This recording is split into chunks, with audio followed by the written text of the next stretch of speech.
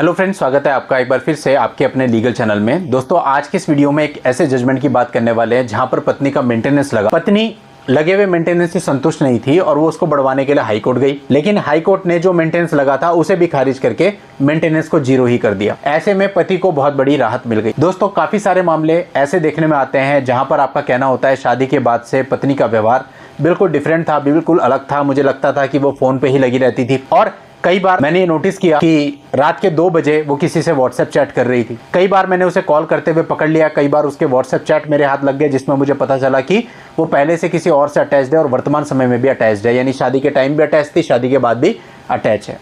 कई बार आपने किसी और प्रूफ से, सीसीटीवी कैमरे से या किसी और तरीके से ऐसा कुछ आपके हाथ लग गया जिससे पता चलता है कि पत्नी किसी और से संबंध रखे हुए हैं और इसी वजह से वो आपसे ठीक से बात नहीं करती, आपके साथ फिजिकल नहीं होती, आप में इंटरेस्ट नहीं लेती वगैरह वगैरह।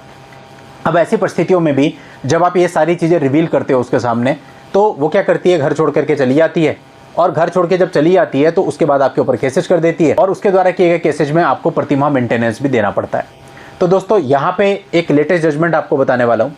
अभी रिसेंट जजमेंट है 2025 का ही, छत्तीसगढ़ हाई कोर्ट की बिलासपुर बेंच का, जो कि ये बताता है कि पत्नी यदि इस प्रकार के संबंधों में शादी के दौरान थी या शादी के बाद थी तो वो मेंटेनेंस की अधिकारिणी नहीं होगी, उसको कोई भी मेंटेनेंस नहीं मिलेगा। दोस्तों, यहाँ पर फैमिली कोर्ट ने एडल्ट्री के बावजूद उसका मेंटेनेंस बांध दिया था और हाई कोर्ट ने कर दिया जीरो। तो ये जो पूरा जजमेंट है आप लोगों के लिए बहुत ही अच्छा रहेगा क्योंकि लेटेस्ट जजमेंट है और बहुत से तमाम लोग इस प्रकार की चीज़ों से जूझ रहे हैं। पूरी डिटेल इस जजमेंट की आपको मिलेगी इस वीडियो में, तो ध्यान से इस वीडियो को देखना और अभी तक भी चैनल को सब्सक्राइब नहीं किया हो तो फटाफट चैनल को सब्सक्राइब करके नोटिफिकेशन बेल पर जरूर क्लिक कर लेना ताकि आपको इस तरह की जानकारियाँ निरंतर और सबसे पहले मिलती रहें। दोस्तों, इस मामले की पहले थोड़ी सी हिस्ट्री जान लेते हैं। 2019 में पक्षकारों का विवाह हुआ था।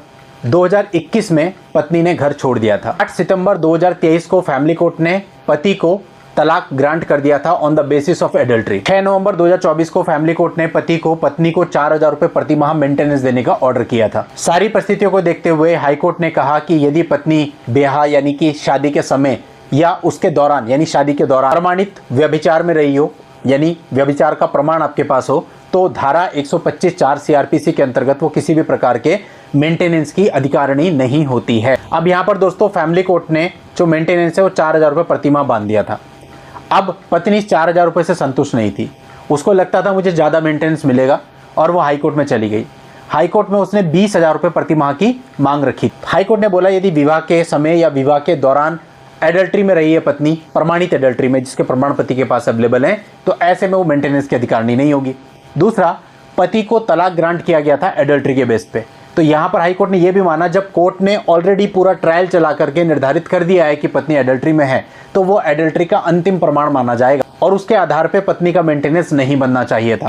यानी जो पति के फेवर में तलाक की डिक्री आई थी एडल्ट्री के बेसिस पर, उसको भी यहाँ पर एक आधार माना गया, पर्याप्त आधार माना गया कि एडल्ट्री तो ऑलरेडी प्रूव, और जब एडल्ट्री प्रूव्ड है तो 125(4) की डेफिनेशन लागू होगी और पत्नी को मेंटेनेंस नहीं दिया जाना चाहिए। तो जो 4,000 रुपये का ऑर्डर किया था फैमिली कोर्ट ने, उस ऑर्डर को हाई कोर्ट ने खारिज कर दिया, यानी पत्नी को इस मामले में कोई भी मेंटेनेंस नहीं मिला। यानी पत्नी गई तो थी बढ़ाने पर उल्टा मेंटेनेंस जीरो हो गया।